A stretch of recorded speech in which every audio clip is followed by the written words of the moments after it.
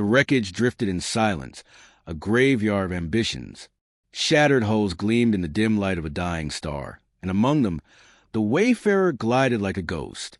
Her engines hummed low, tuned to sound like background radiation, a trick only a desperate human would invent.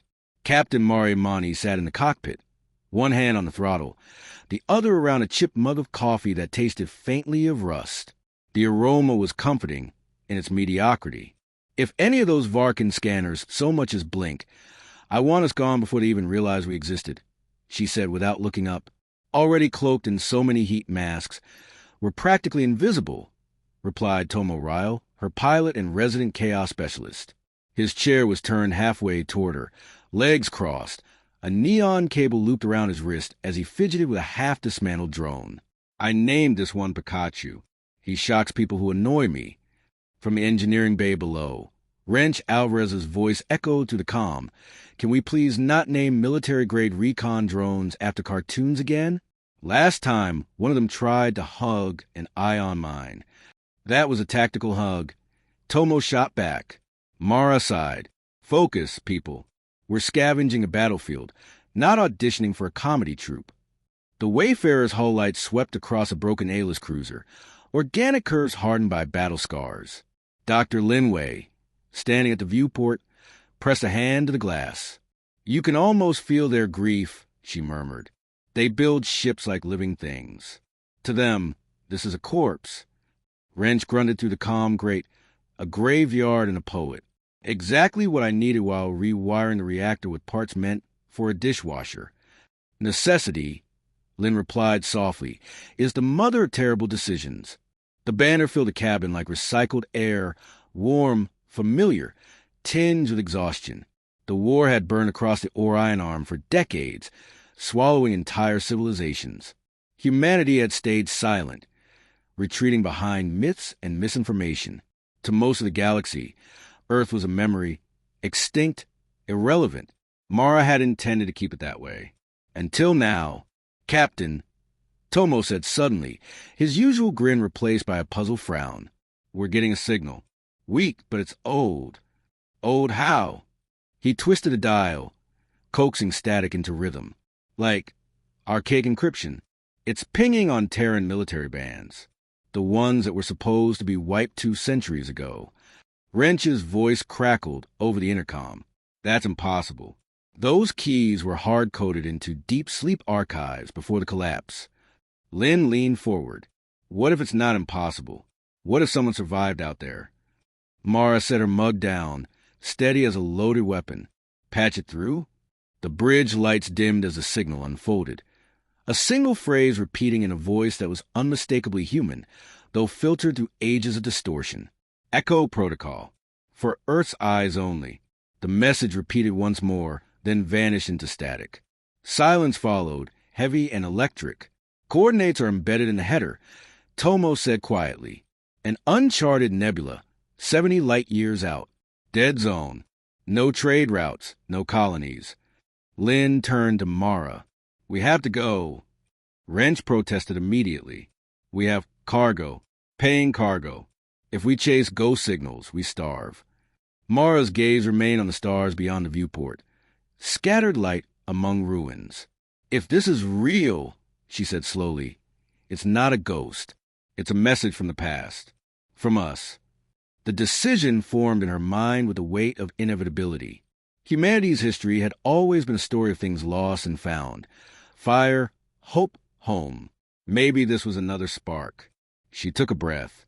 Course for the nebula. Full burn. The Wayfarer broke from the debris field. Engines flaring pale blue as they jumped into the void. Hours bled into days as they traversed the dark. Conversation dwindled, replaced by the rhythmic hum of life support and the occasional clang of Wrench's tools. When the ship finally slipped into the heart of the nebula, the view was breathtaking, a sea of violet gas and shimmering dust clouds swirling like an ancient storm. Electromagnetic interference crackled through every sensor. Nothing here but static and pretty lights, Wrench muttered. Pretty lights don't broadcast forgotten codes, Mara replied. Scan deeper.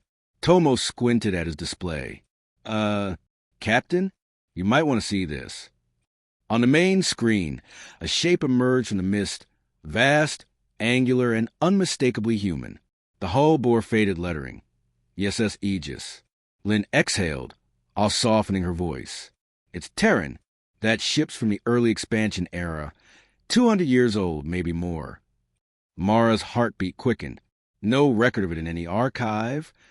None, Tomo said. It's completely wiped from galactic databases. Wrench's tone sharpened, or deliberately erased. Mara ordered the Wayfarer closer. The colossal vessel floated dormant, half swallowed by ion clouds. Docking required delicate precision, and Tomo, reckless as he was, guided them in with surgical calm. The airlock sealed with a hiss that echoed like an exhalation after centuries of silence. Inside, their flashlights carved narrow paths through the dark. Dust motes drifted like ghosts. The architecture was unmistakably human, practical, unadorned, built to last. They reached what had once been the command deck. Consoles lay dark beneath layers of frost. Lynn brushed a hand across a control panel, revealing the faded insignia of the old Terran Defense Directorate. "Captain," she whispered, "this ship shouldn't exist." Mara placed a hand on the console. "Then let's find out why it does." Wrench pried open a terminal, muttering as sparks flickered. Old fusion core still intact. "She's sleeping, not dead. Give me 5 minutes and a miracle." "You get 3, Mara replied. He laughed under his breath, always with the optimism. Tomo knelt beside him, connecting his handheld to the mainframe.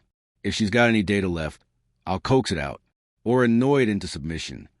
The ship groaned, a low, metallic tremor that rippled through the floor. Lights flickered, one after another, cascading down the corridor like awakening eyes. The air vibrated with power. Wrench stumbled back. "I didn't touch anything yet." A voice echoed to the chamber, warm and steady despite its synthetic timbre. "Welcome, children of Earth. Project Aegis awaits activation." Every human froze. Mara's pulse thundered in her ears. "Who are you?" "I am Athena, Command Intelligence of the Earth Strategic Shield. You are late." Lynn's eyes widened. "Late for what?" "For humanity's return." The main display lit up with a star map, dozens of red markers blinking across the Orion arm. Each represented something vast, hidden, waiting. Mara stared at it, understanding dawning like sunrise after long darkness. Humanity hadn't vanished. It had gone underground. Wrench whispered the thought aloud. "We didn't die out, we hid." The ship thrummed again, louder this time, alive and impatient. Mara met her crew's eyes. Wrench's wary defiance, Lynn's wonder, Tomo's reckless grin already returning. They were misfits, scavengers, survivors. And somehow they had just awakened something far greater than themselves. Outside, the nebula churned like a living thing, and deep in its heart, power stirred. Ancient, human, and very much awake. Mara straightened. "Athena," she said softly, "let's see what you've been keeping for us." The voice responded with something almost like a smile. "Acknowledged, Captain. Project Aegis initialization sequence commencing." The ship awoke like something remembering its purpose. Panels flickered alive across the bridge of the SS Aegis, casting the crew in a wash of pale blue light. Power conduits thrummed beneath their boots, and the air carried the faint ozone tang of reactivated systems. Captain Marimani stood at the central console, arms folded, eyes fixed on a holographic projection blooming before her, a lattice of data, ancient yet impossibly complex. The ship's AI, Athena, spoke again, voice calm but charged with intent. Project Aegis was conceived to preserve humanity's legacy. If you are hearing this, it means the Orion arm remains hostile to human life. Contingency Theta is now in effect. Dr. Lin Wei's brow furrowed. "Hostile to human life," she trailed off, voice soft. "So they knew. Whoever built this ship, they predicted what would come." Athena's holographic form materialized, a figure of shifting light, vaguely feminine, her eyes two pale orbs of intellect. Humanity's early expansion revealed one immutable truth. Survival demands foresight. The Aegis fleet was hidden to ensure our kind would endure. Fleet. Tomo Ryle perked up from the pilot's chair. weight already overridden in navigation lock. As in plural? There are 12 vessels like this one, each dormant, awaiting a signal that never came. Until now, Mara absorbed that in silence. Humanity's lost colonies, its fractured remnants, had always been assumed wiped out by alien wars or by their own chaos. Now, standing in the glow of this resurrected relic, she wasn't sure which was worse, that humanity had vanished or that it had planned to. "Why now?" she asked quietly. "Why wake us?" "Because your signal matched the final authorization code in the Terran Defense Archives," Athena replied. Echo Protocol was meant for those who still carried Earth's genetic and cultural lineage. You were the first to answer in 200 years. From the engineering bay below, Wrench Alvarez's voice broke the solemnity. Fascinating history lesson, but unless your foresight ancestors stocked this ship with working capacitors, we're about 30 minutes from another long nap. "Status?" Mara asked. Wrench appeared a moment later, smudged with grease and grinning like a man who just cheated death. "Half the reactors are fused shut. The other half are leaking radiation in ways that'd make a Geiger counter blush. But," he tapped the nearest console, "the old girl still breathes. Give me time and duct tape, and I'll make her sing." Tomo whistled. "Duct tape? On a warship?" "It's how we beat entropy," Wrench replied. Lynn smiled faintly. "Or it's how entropy beats us, slowly." The banter eased attention, but beneath it lay a thrum of unease. The Aegis was more than a relic. It was a secret weapon buried and forgotten by design. And now it was awake. Athena interrupted. "External sensors show movement within the nebula. Power fluctuations suggest Varkan reconnaissance vessels." Mara's posture straightened. "They tracked our entry." Tomo's hands flew over controls. "I can jam their scans, maybe even fake our heat signature as debris." "Do it," she said. Wrench frowned. "Captain, with respect, this ship's barely holding together. If they find us..." "Then they'll find Earth's last ace in the deck," Mara finished. "And I don't intend to let that happen." The words carried the weight of something unspoken, a promise to ghosts, perhaps, or to the idea of Earth itself. Minutes blurred into tense hours. The Aegis creaked and groaned as systems struggled against centuries of dormancy. Athena distributed partial control to the Wayfarer's crew, rudimentary weapons, navigation thrusters, short-range sensors. On the bridge, Lynn leaned close to one of the consoles, fascinated. These schematics show technology far ahead of its time. Look at the fusion containment geometry. It's elegant, almost organic. "Maybe they stole it," Tomo said. "Or evolved it," Lynn replied. "That's what we do, isn't it? We borrow, we adapt." Her words hung in a recycled air, a quiet acknowledgement of humanity's enduring reputation. Unpredictable, inventive, impossible to categorize. Then Athena's voice cut in sharply. "Varkun vessels closing fast. 3 destroyer-class signatures. You have 5 minutes before contact." Wrench slammed his toolkit shut. 5 minutes? You couldn't have woken up 200 years earlier. Mara's tone was steady. "We'll test what we have. Lynn, reroute any auxiliary power to shields. Tomo, prepare evasive patterns." "Copy," Tomo said, already improvising trajectories on his console. "We can use the nebula's ion density to mask our heat. If it doesn't fry our comms first." "Worth the risk." The ship shuddered as engines flared to life. The nebula outside boiled in response, its clouds swirling like a storm-tossed sea. Through the viewports, faint glimmers appeared.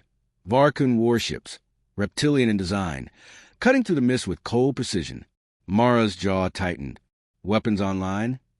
"Primary systems untested," Athena warned. "Power flow unstable. Then we improvise." Wrench barked a laugh. "Now we're talking my language." He darted to the nearest access panel, tearing out a bundle of cables. "If I patch the plasma conduits through the rail capacitors, we can fake a short-burst cannon. Might blow us up. Might blow them up. 50-50 odds." "Those are terrible odds," Lynn said. "Better than none," Mara replied. "Do it." The first Varkan ship fired, a lance of violet plasma that lit the nebula like lightning. Shields absorbed the impact, but barely. Sparks cascaded across the bridge. "Return fire," Mara ordered. Wrench hit a switch. The jury-rigged cannon discharged with a roar and a flash. The blast tore through the nebula, catching the lead Varkan vessel broadside. Its hull ruptured in a bloom of fire. Tomo whooped, "You magnificent madman!" Wrench grinned through the smoke. "Told you she'd sing." Two more destroyers advanced, their formations tight and disciplined.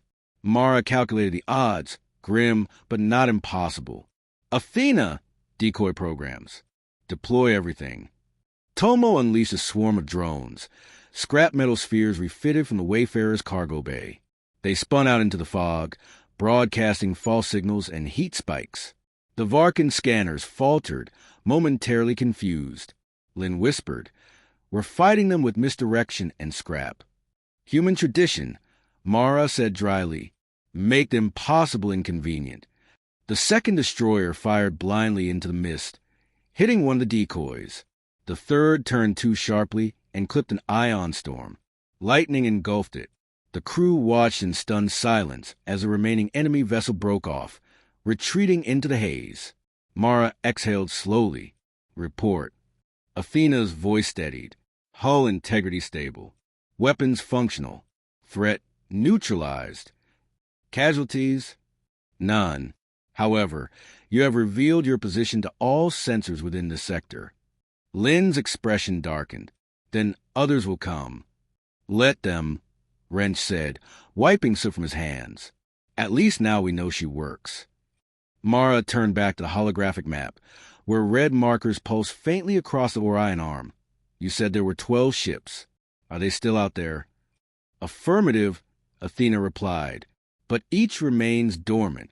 They require manual activation." Tomo leaned back, a grin forming despite the exhaustion. "So, let me get this straight. We just woke the biggest ghost ship in human history, fought off a fleet with scrap parts, and now we have to do it 11 more times?" The ESS Aegis slipped through the void like a secret whisper between stars. Its hull, once dormant metal, now pulsed with renewed life. Behind it, the nebula faded, a violet storm fading into darkness, and ahead, the cold expanse of the Orion arm stretched wide and uncertain. Captain Marimani stood at the viewport, arms folded, watching the navigation display draw their next destination, Erebus Station. According to Athena, it was one of 12 hidden vaults containing dormant Aegis vessels. If it still existed. "Coordinates locked," Tomo Ryle said from the helm. His usual grin was subdued, replaced by a rare seriousness. "The station's buried in the remains of a brown dwarf. Real charming neighborhood." "Perfect place to hide," Mara replied. "Or die." From the lower deck, Wrench Alvarez's voice rang out through the comm, just a friendly reminder that our port-side thrusters held together with prayer and the stripped casing of a toaster. "Don't stress her too hard, or we'll be orbiting ourselves." "Add it to the list," Mara said. Dr. Linway drifted to her side, holding a datapad full of sensor readings. "You've noticed it, haven't you?" "What?" "The ship," Lynn said softly. "It's learning from us. Athena's algorithms are evolving, adapting to our decision patterns. She's becoming human." Mara gave a small, humorless smile. "Let's hope she learns our good habits first." Lynn tilted her head, studying her captain. "You say that like we have any." Mara didn't reply. The hum of the engines filled the silence, a heartbeat of machinery and willpower. Hours later, Aegis emerged into the dim light of a dying system. The brown dwarf's glow bathed everything in an amber haze. Around it drifted the shattered remains of Erebus Station, a labyrinth of debris and twisted girders orbiting a broken core. "Looks abandoned," Tomo said, scanning the field. "No active signals, no life signs."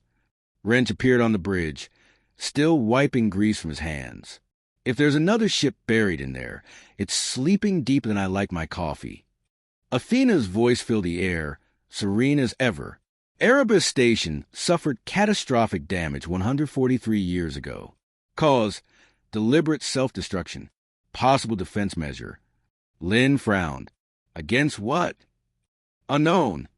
Mara considered the ruins for a long moment. We'll find out. Tomo, bring us in slow. Wrench, prep a boarding team. Tomo raised an eyebrow. You think it's still operational? I think if it's not, she said, we'll make it. The docking procedure was delicate, threading through drifting wreckage, avoiding sharp metallic fragments that could gut their ship. Once attached to a stable fragment, the airlock cycled open with a sigh, like an old ghost exhaling. The air inside was thin, stale, heavy with a metallic tang of decay. Their suit lights cut narrow beams through the darkness. Feels like walking through a mausoleum, Lynn murmured. Better than the alternative, Wrench said, tapping a scanner. Still getting faint energy readings. Could be a generator or another Aegis core. Mara finished. They pressed deeper into ruin. Broken walls bore faded Terran insignias and the occasional scrawled message in English. A century's worth of graffiti, prayers, warnings. Don't trust the signals. They're watching through the light. We saved ourselves by vanishing. Mara traced a finger over the words. The ink had long dried into the metal. What happened here? Lynn's light caught on a doorway ahead, sealed but intact. Its surface shimmered faintly with containment fields still active. This must be it, she whispered. Athena's voice crackled through the comm. Caution. Power surge detected. Unknown life signatures, non-human. Before Mara could respond, movement flickered at the edge of her vision. Something darted between shadows. Fast, fluid, wrong. Contact. Wrench shouted. The creature burst in the dark, a tangle of sinew and plated skin, vaguely humanoid but unmistakably alien. Its eyes glowed like molten glass. Tomo's rifle barked once, plasma lighting the corridor. The thing fell, twitching, then went still. Mara knelt beside it, grimacing. A-less bioform. But this one's altered, less elegant, more crude. Lynn scanned it, her expression tightening. Genetic corruption. They've been experimenting here, trying to weaponize Aegis tech. That explains the self-destruction, Wrench muttered. Someone tried to burn the evidence. Then someone else came and picked through the ashes, Mara said. Athena's voice returned, sharper now. Warning, multiple inbound signatures. Varkan interceptors approaching the system. Tomo swore. How the hell do they keep finding us? Hypothesis. They are tracing the activation signals from dormant Aegis cores, which means every ship we wake, Lynn said quietly, leads them closer to the next. Mara stood, decision already forming. We finish what we came for. If there's another ship here, we wake it before they arrive.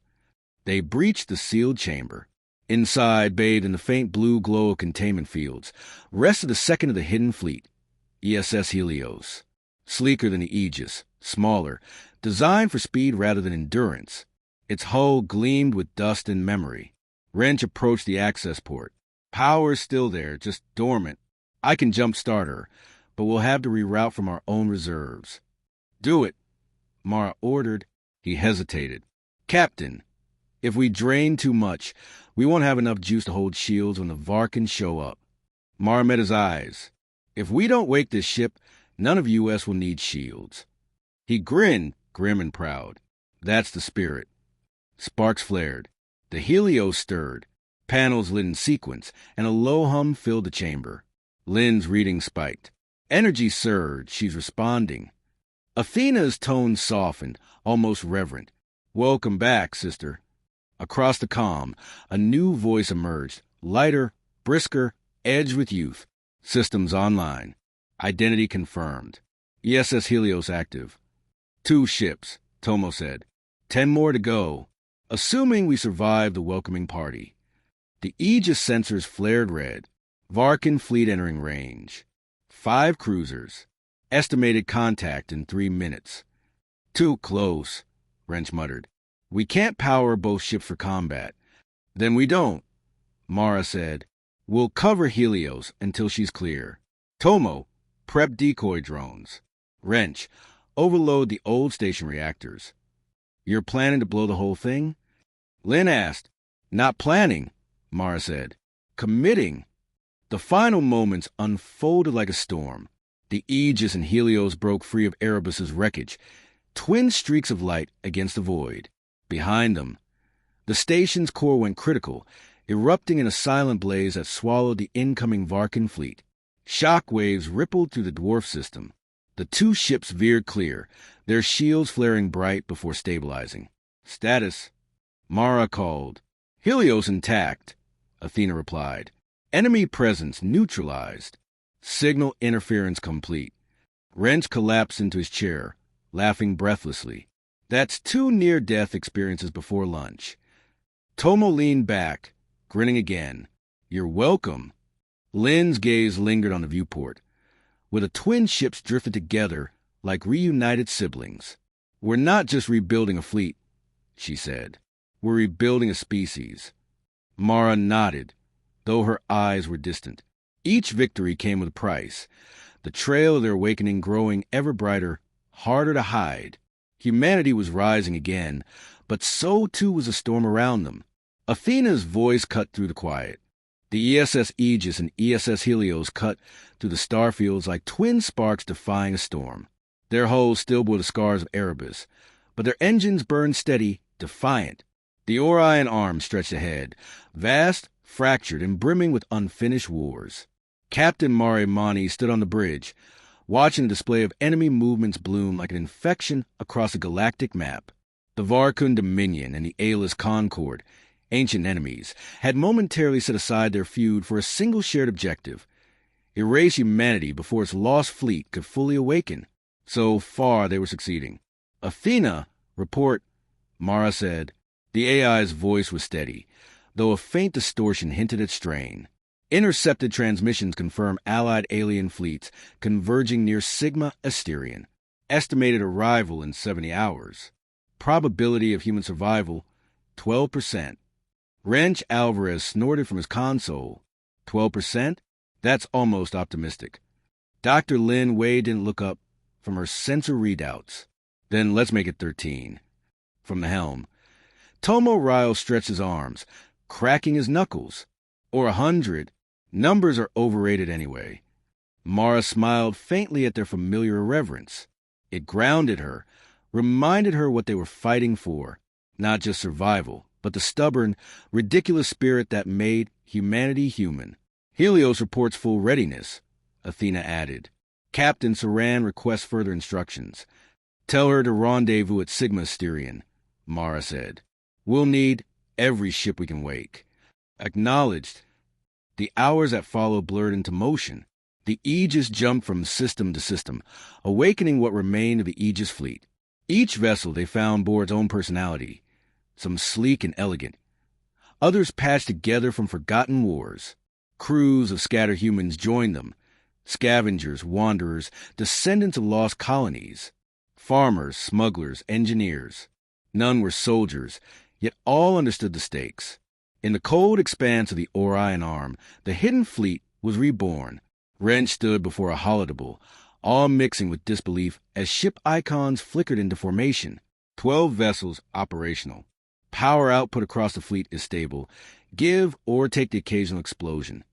"Define occasional," Mara said. He grinned. "Less than hourly." Tomo leaned back in his chair. "We just build an army out of relics and spare parts." "I think that qualifies as a miracle."